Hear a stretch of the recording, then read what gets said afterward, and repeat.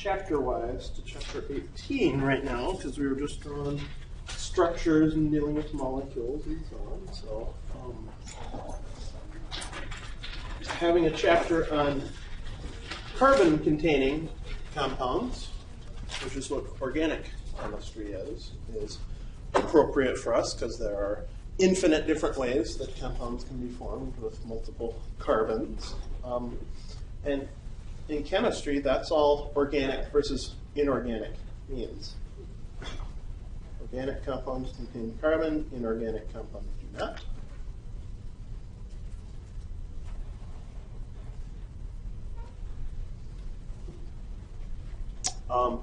That's totally different from saying something is natural or synthetic.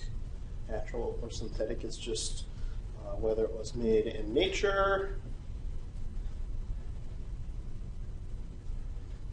versus made in a lab.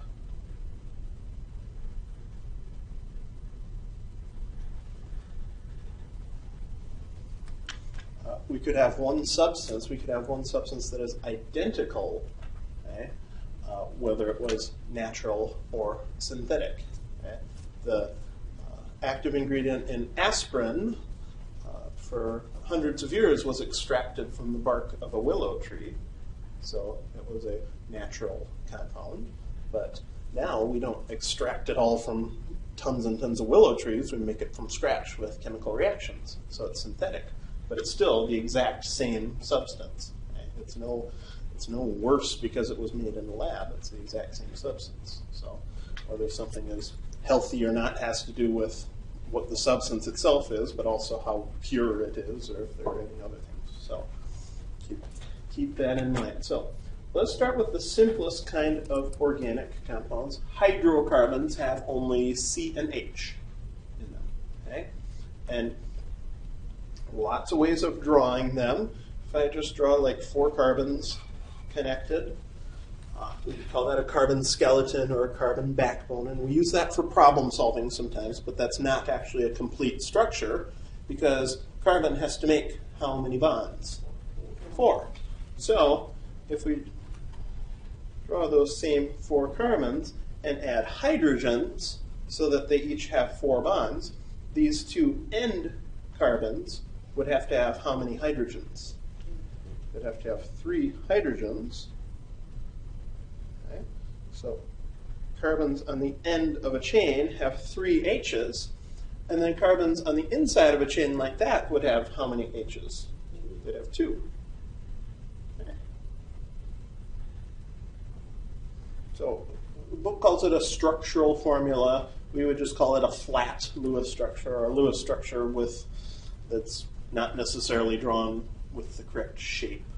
Okay? If we did want to draw that with the correct shape, we would have to make a zigzag of those carbons, because carbons with 4 bonds make what kind of shape? Tetrahedral. So to do that, draw 1 H on the end that just continues on the zigzag. Okay?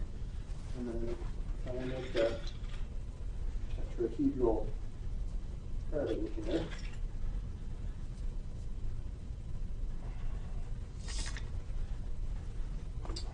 One way of arranging a tetrahedron is to have 2 of the bonds flat with the paper.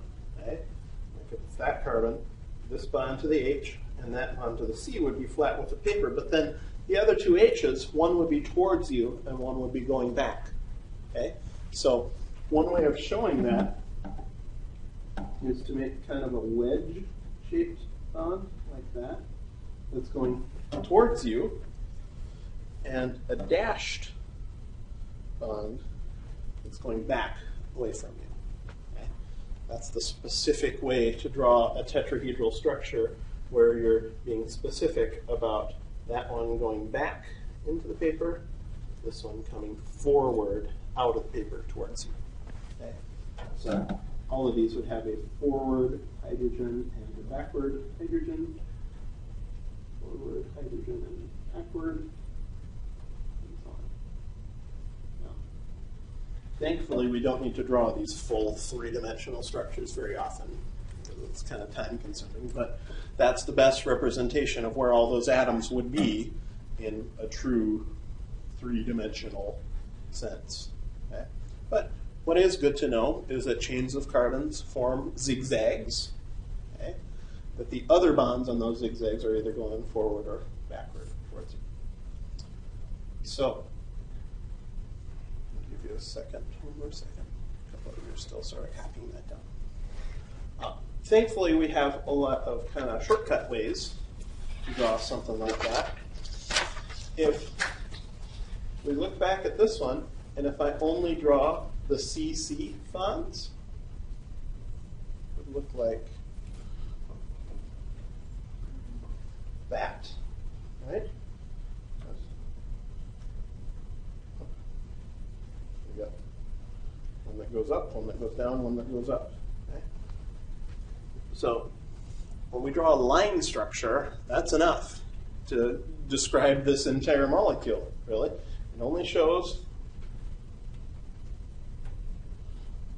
the CC bonds, CC, or, well, let's just say CC bonds.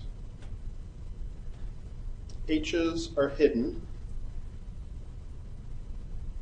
Right? The CH bonds and so on are hidden, and we don't need to write C. We assume there are carbons at the ends and the joints. Okay? So that's how we can assume there's a carbon at the end, carbon at that joint, carbon at that joint, carbon at that end. Okay? And that each of them has the correct number of hydrogens automatically attached to it. Okay? So it's just kind of a shorthand way, but it's consistent with the shape and angles of those CC bonds. So it's a pretty nice way of doing it. Okay? So we'll be doing more of those. A condensed formula does show all the atoms, but rather than drawing every single one of these bonds, we just list off what's attached to each carbon. Okay? So we start with carbon 1. This carbon has 3 H's attached to it. Okay? So we're just going to start and say CH3. Okay? And then you can either draw this next carbon-carbon bond or not. Okay? We'll start by drawing it. But those internal carbons were CH2, CH2, CH3. Okay? So those carbon-carbon bonds, you can draw them or not.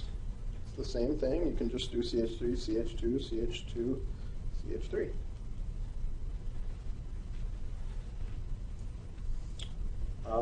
If you're especially lazy, you can even combine repeating groups together.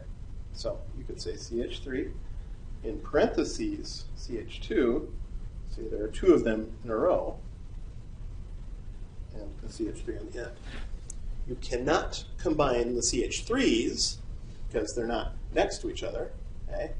But you can combine things that are either repeating or are next to each other, like that, in a condensed formula. That way. Okay? So for all the structures that we're going to draw from now on, it'll either be a line structure or a condensed formula. Okay? Those are the most useful and most efficient for us to use. The molecular formula is not so useful for us because all that is a count of how many atoms of each type there is. So this would be C4H. 1, 2, 3, 4, 5, 6, 7, 8, 9, 10.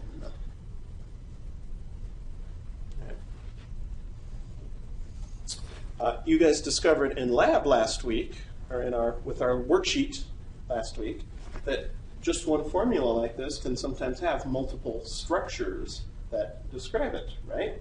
C4H10, you had a 4-carbon chain.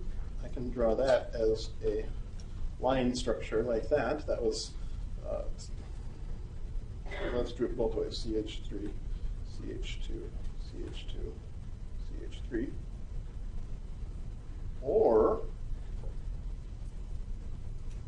the other way to do it is to draw 3 carbons, right? Just like that is 1, 2, 3 carbons and the 4th carbon attached to the central one. Okay. CH3. Look at this central carbon right here. How many H's does that central carbon have to have?